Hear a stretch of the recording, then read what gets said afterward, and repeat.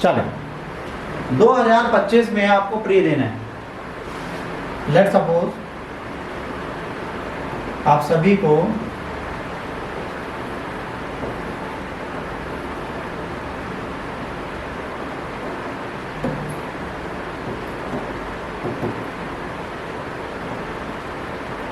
आप सभी को 2025 में हम कहते हैं प्री देना, ठीक।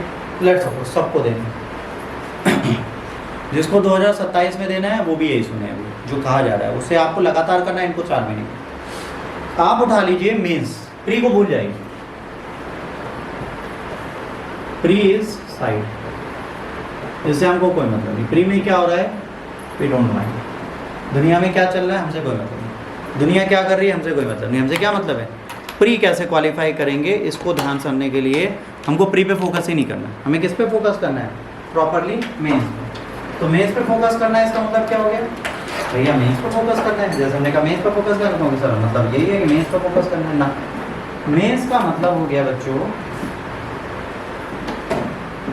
मेंस का सिंपल सा फोकस ये हो गया कि आपको जीएस पेपर 1 से लेकर जीएस पेपर 3 तक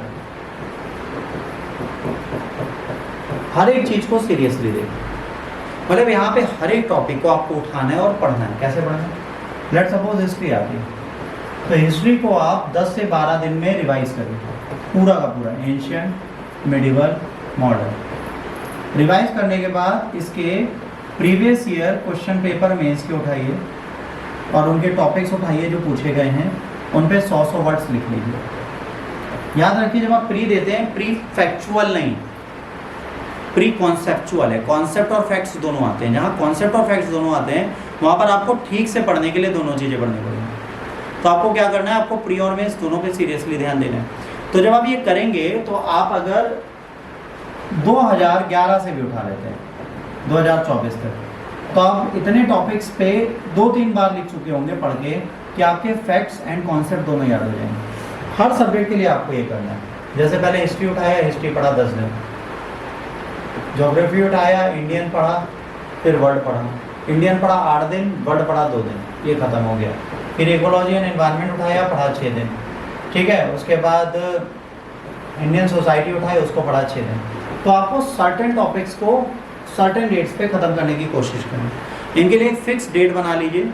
जो 26-27 दे रहे हैं उनको भी यही करना है, पर इनकी स्ट्रेटजी थोड़ी लंबी होगी। जो 10 दिन में कर रहे हैं 25 वाले, 26 वाले उसे 2-2 महीने में, बट आपको सर्टेन टॉपिक्स उठा के उनको पूरा करना है। जब उन्हें आप कंप्लीट करेंगे, उनको आप ठीक से पढ़ेंगे, उनको आप ठीक से समझेंगे, उनको आप ठीक से रेगुलेट करेंगे, तो आपको चीज़ें याद होने लगेंगी। जब वो चीज़ें आपको याद होने लगेंगी तब आप उन चीज़ों को प्रॉपर मैनर में रेगुलेट और कंट्रोल कर पाओगे। जब उन्हें रेगुलेट और कंट्रोल कर पाओगे तो आपको बेहतर तरीके से हेल्प मिलेगी।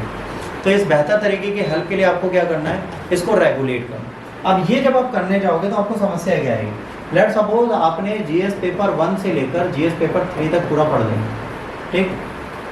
अब आपने कहा सर एमसीक्यू कहाँ से प्रैक्टिस करें, तो ये काम आपको करना है जनवरी एंड तक।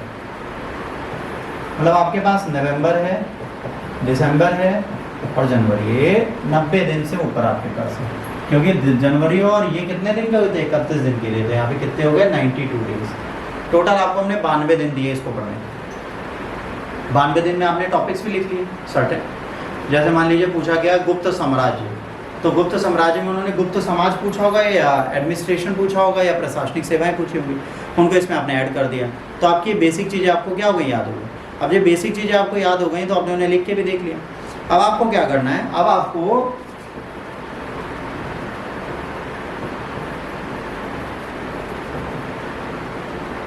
सारे स्टेट पीसीएस के प्रीवियस ईयर पेपर, आईएएस के प्रीवियस ईयर पेपर, सीडीएस के प्रीवियस ईयर पेपर, सीपीएफ के, आईएफएस के, इंडियन फॉरेस्ट सर्विसेज के, ठीक है, एसएससी के, एनडीए के, ठीक है, other current affairs and GS के पेपर्स, इन सबको लगातार सॉल्व करो। ये आपको करना है पूरा फरवरी। पूरी फरवरी जब आप ये काम कर लेंगी, अब ये जब हो जाएगा तब आप क्या करेंगे, मार्च and April. March and April आप क्या देंगे, आप प्री का टेस्ट देंगे। कोई भी टेस्ट सीरीज आप उठाएंगे और 60 टेस्ट आप लगातार देंगे। डेली 2-2 घंटे बैठ के आप टेस्ट देंगे। और जब आप प्री के टेस्ट दे रहे होंगे मार्च और अप्रैल में, इसी टाइम पे आप सी सेट पढ़ेंगे। जो बच्चे कहते हैं सर सी सेट कब होगा, सी सेट मार्च और अप्रैल में आप पढ़ेंगे। फिर डेली आप सी सेट भी प्रैक्टिस करेंगे, तो आपका जीएस तैयार हो गया, आपका सी सेट स्टार्ट हो गया। तो इससे क्या होगा, आपका जीएस प्री कम्स मेंस पूरा तैयार हो गया, सी सेट भी आपका तैयार हो जाएगा, आपको कोई समस्या नहीं होगी।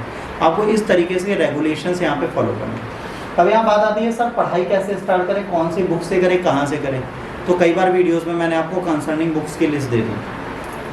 अगर आपसे बुक्स नहीं है तो यूट्यूब का सहारा लीजिए, सर्टेन के नोट्स बनाइए यूट्यूब देख देख के, इनको रटिए। कोशिश करिए एनसीईआरटी अगर आपके पास है वो पढ़िए। इसके बाद स्टैंडर्ड टेक्स्ट बुक पढ़िए। भाई जो आईएएस अगले साल दे रहा है उसको स्टैंडर्ड टेक्स्ट बुक्स पढ़नी है, एनसीईआरटी का टाइम उसका खत्म हो गया, अब वो एनसीईआरटी नहीं पढ़ सकता। अगर वो एनसीईआरटी पढ़ने बैठेगा तो उसे सालों लग जाएंगे।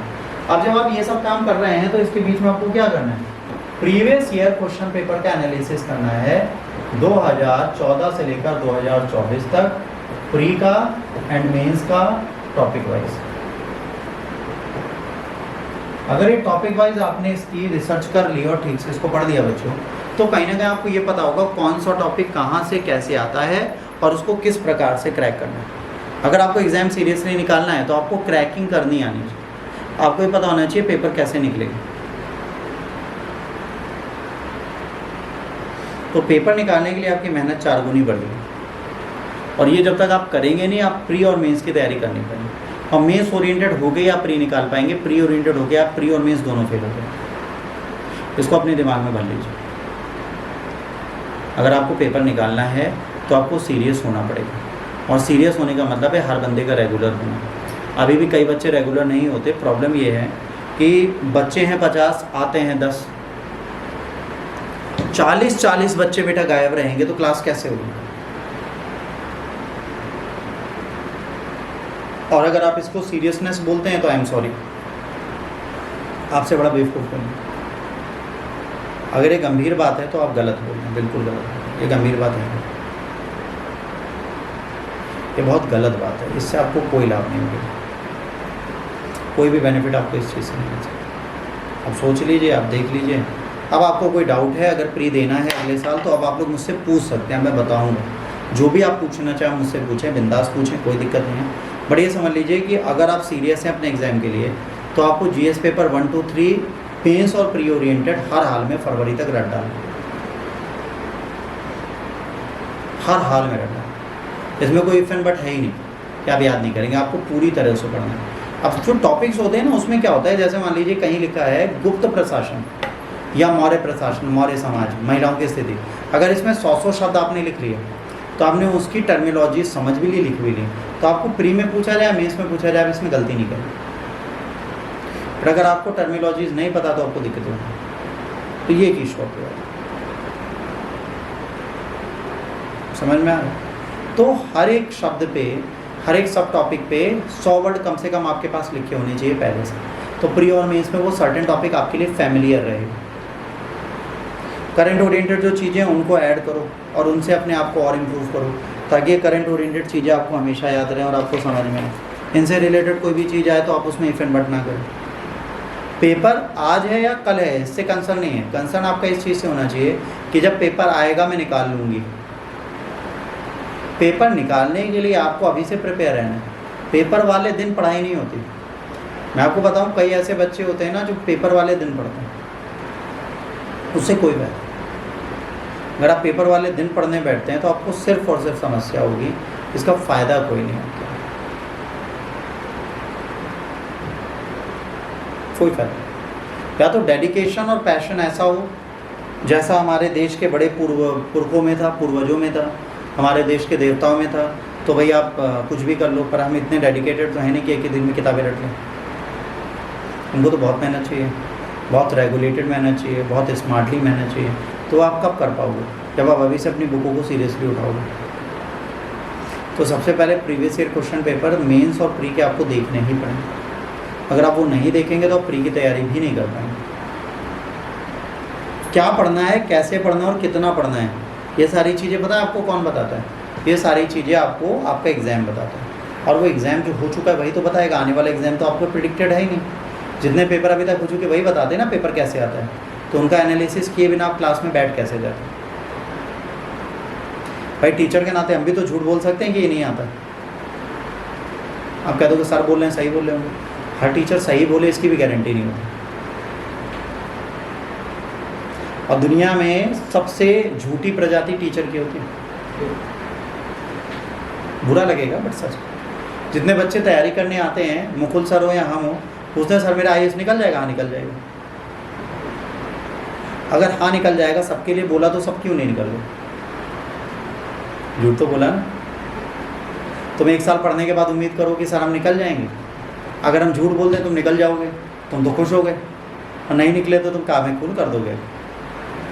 फिर यहाँ पे आपका सेल्फ जस्टिफिकेशन बहुत काम करता है। टीचर की जात तो झूठ बोलेगी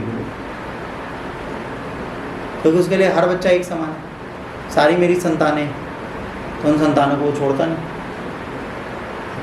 और झूठ बढ़िया सा बोलता है। तो इन झूठों से बचने के लिए आपको सत्य का साथ देना पड़ेगा, और सत्य का साथ आप कब दे पाएंगे? जब आप झूठ से बचेंगे। तो आपको मेहनत खुद करनी है। प्रीवियस ईयर क्वेश्चन पेपर देखिए, टीचर से आप पूछिए कि सर आपने ये नहीं पढ़ाया, ये तो एग्जाम में 2 साल से पूछा जा रहा है, मुझको पढ़ाइए। तो मज़ेदार बात है, टीचर फिर पढ़ के आएगा। जो टीचर्स बिना पढ़े आ जाते हैं उनसे बच जाओगे। तो मेहनत तो करनी पड़ेगी। मेहनत करने के लिए प्रीवियस ईयर पेपर भी देखना पड़ेगा। Previous year question paper analysis अगर आप नहीं करते तो आप पढ़ाई नहीं करो, फिर मत करें। और अगर पढ़ना है तो अभी से पढ़ना स्टार्ट कर दीजिए। पढ़ाई के लिए आपको अपने आप को बहुत ज़्यादा रेगुलेटेड रखना पड़ेगा, बहुत ज़्यादा सीरियस रखना पड़ेगा, बहुत ज़्यादा फर्म रखना पड़ेगा, जो आपके अंदर अभी नहीं है। समझ में आ रहा है? पूछिए, कोई डाउट है बताओ, पूछो। जो भी बुद्धि में आ रहा है सब पूछ डालो, क्योंकि कल हो ना हो से कोई मतलब नहीं है। आज जो है वो पूछो। जी सर, कोई डाउट बताइए।